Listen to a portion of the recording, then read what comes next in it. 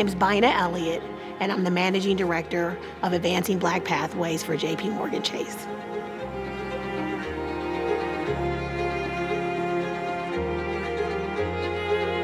I've had a chance to break a lot of barriers that I'm really grateful for in my career. But one that comes to mind is when I was named part of the operating committee of top 100 leaders in an organization of 20,000 employees. It was a big milestone moment for me when I think about where I started from the east side of Detroit as a little girl. And it was a great historical moment at the organization. But what it also reminded me of is the responsibility I had, not to be the first but not the only.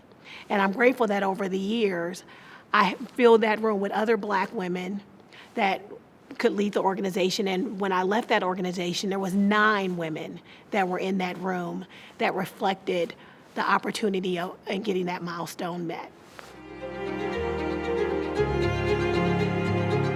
Yeah, what I hope I do is inspire other people by making sure that I make time for people, that I mentor people, that I'm always available. My yeses are yeses with a smile, and making sure that people feel seen, heard, and supported as they grow their careers or when I serve them in the community. I think my leadership legacy, I hope people say that I'm a giver, that I always show up and I'm present, and that I made things happen and made a difference and used my voice and acted with courage.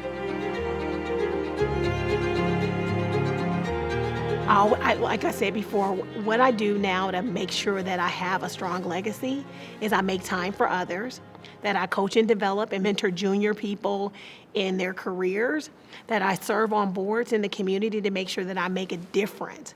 Because when something is given to you, you have a responsibility to make sure that you pay it forward.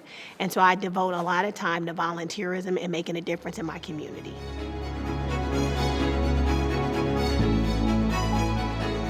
What I hope is my enduring contribution is that I made a difference, that I invested in communities, that I used my voice, my agency, my position to make it better for the next person that comes behind me and make it better for the community that I serve. I would say when your name is spoken in a room that you're not in. So there was a time in my career where somebody said something needs to be fixed, and they called my name, and the president of the organization I worked for called me and said, I understand that you're the person I need to talk to. And it was the power of somebody else putting your name in the room. So not only do I appreciate that shot that somebody gave me by bringing my name up when I wasn't in the room to say, if you want something fixed, go talk to Byna. But it also showed me the power of my voice when I'm in the room, how I can introduce other people's names in the room to showcase talent that people might not always know or see. But if I've had an experience with them, it's an opportunity for me to shine the light on them and their contributions so they can get the same shot I got.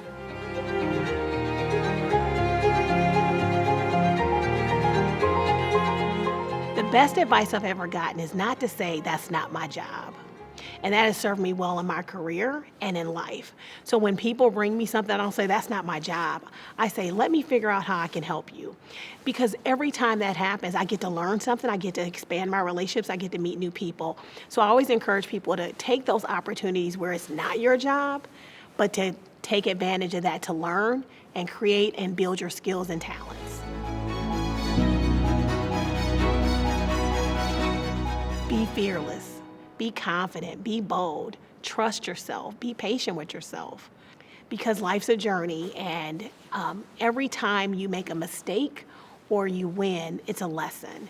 And I tell people all the time when I'm counseling and mentoring people is that failure is the best sort of learning, because when you do well, you don't always investigate or look at it, you just pat yourselves on the back and talk about your accomplishments.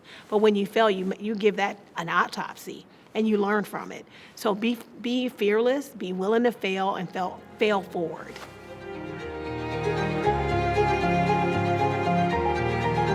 So I don't know if they're historical, but they make a difference for me, and they're part of my legacy. It's my grandmother, Elnora Coleman.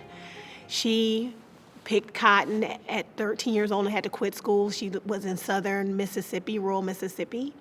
And she raised 9 kids, owned her own home, and was the beacon in our neighborhood. And even though we didn't have a lot, she always shared with others. So for me, I try to make sure that I live up to that legacy of Elnora Coleman.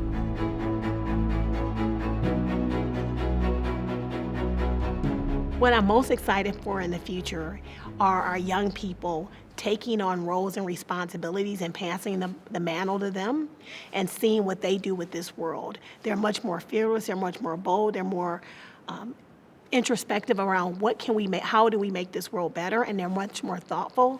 And so I'm excited about being able to see those seeds be leaders tomorrow in our world.